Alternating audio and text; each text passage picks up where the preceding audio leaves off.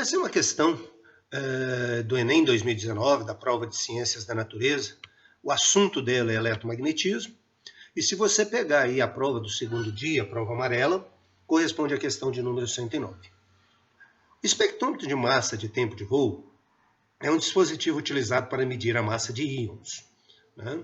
Nele, um íon de carga elétrica Q é lançado em uma região de campo magnético B, descrevendo uma trajetória helicoidal, conforme a figura. Então, a figura está aqui.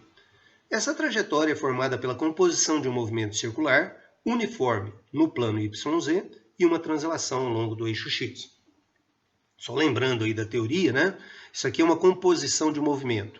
Você gira, mas ao mesmo tempo que gira, é arrastado ao longo do eixo X, aqui no caso, paralela ao campo magnético. Para que isso aconteça, você tem que ter uma velocidade que é perpendicular ao campo magnético. Se você considerar aqui o ponto mais alto da trajetória, eu estou representando ela paralela ao eixo Z. Então, é a velocidade, vou chamar aqui de VZ.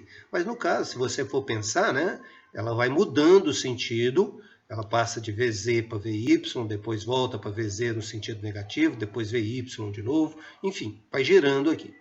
Mas ao mesmo tempo que gira, devido a essa velocidade perpendicular, também é arrastado ao longo do campo magnético, ao longo do eixo X. Então, ao mesmo tempo que essa partícula tem uma velocidade perpendicular, também tem uma velocidade paralela ao campo magnético. Então, a velocidade resultante não é nem paralela e nem perpendicular, ou paralela e perpendicular ao mesmo tempo.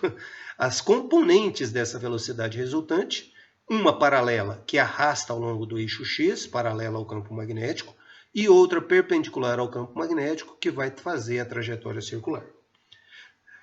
Continuando a leitura. A vantagem desse dispositivo é que a velocidade angular do movimento helicoidal do íon é independente de sua velocidade inicial.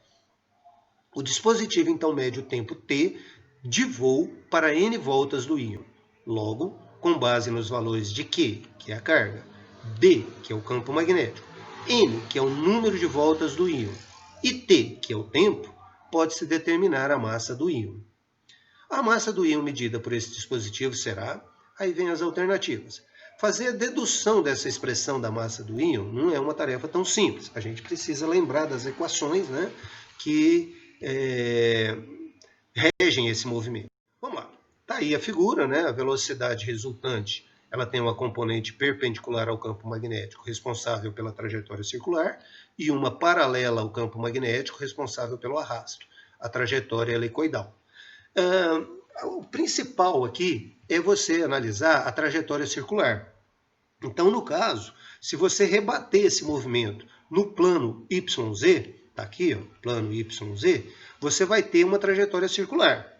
Então, eu estou olhando essa mesma figura de frente.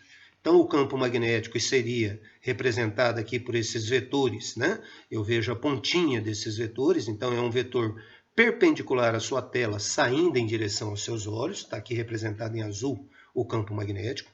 Pegando no ponto mais alto, a velocidade aqui eu vou chamar de VZ, que vai ter um módulo constante, e a partir dessa velocidade do campo magnético, a força magnética é perpendicular à trajetória. No caso, ela faz o papel de uma força centrípeta.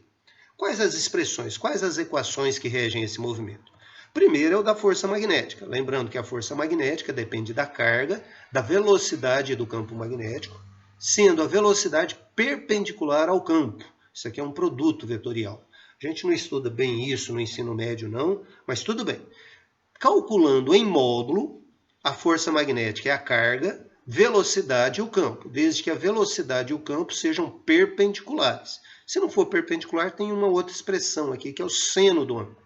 Mas, no caso, considerando a velocidade VZ, que é o que eu vou fazer, você vai ter que VZ é perpendicular ao campo. Então, a sua expressão para a força magnética é essa. Também, a força magnética que aponta para o centro da trajetória, ela corresponde a uma resultante centrípeta. Como que eu determino a força centrípeta? É massa vezes aceleração centrípeta, onde a aceleração centrípeta é velocidade ao quadrado, dividido pelo raio da trajetória. Essa velocidade é a velocidade de rotação ali, né? A velocidade tangencial à trajetória, que no caso é esse Vz, que é uma velocidade constante. Lembre que esse Vz ele vai mudando de direção. Então é Vz apenas aqui no ponto mais alto da trajetória. Mas tudo bem. Uma outra expressão importante, sendo o Vz um módulo de Vz constante, né? A velocidade pode ser calculada a distância pelo tempo. Qual é a distância percorrida por esse íon? Bem, uma volta que ele faz aqui na trajetória circular é 2πr. Só que lá no enunciado fala que são n voltas. Então, 2πr, 2 vezes 2πr, 3 vezes 2πr, 4 vezes 2πr. Quantas voltas são? N. Então, é n vezes 2πr. 2πr é o comprimento de uma volta. Como o íon dá n voltas, n vezes 2πr. Em quanto tempo que ele faz isso? É o tempo de voo. Então, o ΔT aqui é o tempo t. Então, essas equações, quando combinadas, vai me solucionar a questão. Vamos lá. O primeiro passo é mostrar que a força magnética é a força centrípeta, ou a força centrípeta é a força magnética. Então, força centrípeta, massa, velocidade ao quadrado dividido pelo raio, é igual carga, velocidade, vezes o campo magnético. Aqui a expressão da força magnética. Velocidade simplifica, né? Simplificando velocidade aqui, né? Massa, velocidade, saiu o quadrado porque simplificou com esse de cá. Velocidade dividido pelo raio é carga vezes o campo. No lugar de velocidade, eu vou colocar essa expressão. N, 2πr, n voltas, 2πr dividido pelo tempo. E o raio que está dividindo eu passo multiplicando. Então, carga, campo, vezes o raio. Bem, eu quero a massa. Então, é só passar o tempo multiplicando e n 2πr dividindo. Lembrando que o raio aqui também simplifica. Então, vai ficar carga, campo, o tempo que veio multiplicando, o raio simplificou, n dividido por 2π.